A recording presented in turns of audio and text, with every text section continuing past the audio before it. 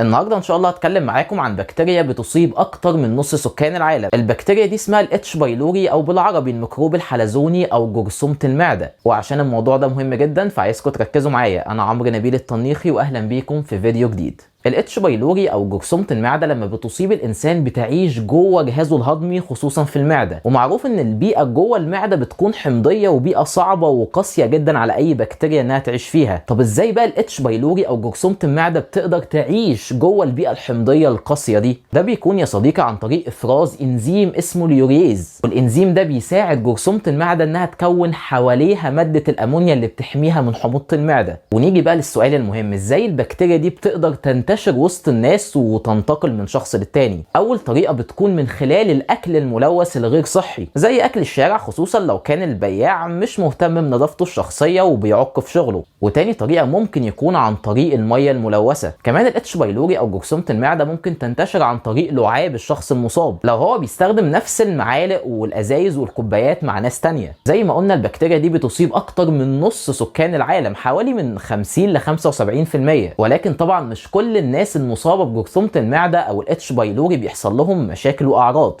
نسبة قليلة بس اللي بتحصل لهم مشاكل بسبب جرثومة المعدة، اما معظم الناس فجرثومة المعدة عايشة معاهم بسلام بدون اي مشاكل. نيجي بقى للمهم، لو جرثومة المعدة او الاتش بايلوري عملت اعراض ومشاكل صحية، فمن اشهر المشاكل الصحية هي التهابات جدار المعدة والاثنى عشر، والالتهابات دي كمان ممكن توصل لقرح. طيب المريض بقى اللي هتحصل له التهابات في جدار المعدة او قرح هيجي يشتكي بايه؟ هيجي يشتكي من الم وحرقان في البطن، والالم ده ممكن يكون مدته دقايق او ساعات، والالم ده بيكون متقطع مش بيكون مستمر. كمان الشخص المصاب هيكون عنده احساس انتفاخ وعدم راحه وعسر هضم. كمان الاتش بايلوري او جرثومة المعده ممكن تعمل احساس بالغثيان والترجيع، وكمان بتسبب كثره الترشح، واحيانا كمان ممكن يحصل فقدان للشهيه وللوزن. ولو حصل نزيف من قرحه المعده فالمريض ممكن يجي يشتكي بترجيع في الدم او يشتكي ان لون البراز بقى غامق واسود شويه. وللأسف ضرر جرثومة المعدة مش بيقف بس عند التهابات وقرح المعدة، ولكن أحيانا عند بعض الأشخاص ومع الالتهابات المزمنة اللي بتسببها جرثومة المعدة ممكن يحصل بعض الأورام السرطانية زي سرطان المعدة. بس ساعتها مش بتكون جرثومة المعدة هي السبب الوحيد، ولكن بيكون في عوامل تانية كمان بتساعد على حدوث السرطان. فمحدش يقلق، يعني احنا زي ما قلنا أصلا معظم الناس اللي بيكون عندهم جرثومة المعدة مش بيشتكوا من أعراض، والكل اللي بيكون عندهم أعراض قليل قوي منهم اللي ممكن الموضوع يتطور معاهم لسرطان زي ما قلنا في وجود عوامل تانية. الاغرب بقى يا صديقي ان المتخصصين اكتشفوا ان جرثومة المعدة ممكن يكون لها علاقة بامراض ومشاكل صحية بره الجهاز الهضمي اصلا. طيب ازاي بقى جرثومة المعدة او الاتش بايلوري بتتشخص؟ والله الشخص المصاب لما بتبدا تظهر عليه الاعراض اللي احنا اتكلمنا عليها بيبدا يروح لدكتور الباطنة او الجهاز الهضمي. الدكتور بيسمع شكوته وبيكشف عليه، بعد كده بيطلب شوية تحاليل يقدر يشخص بيها الميكروب الحلزوني او الاتش بايلوري.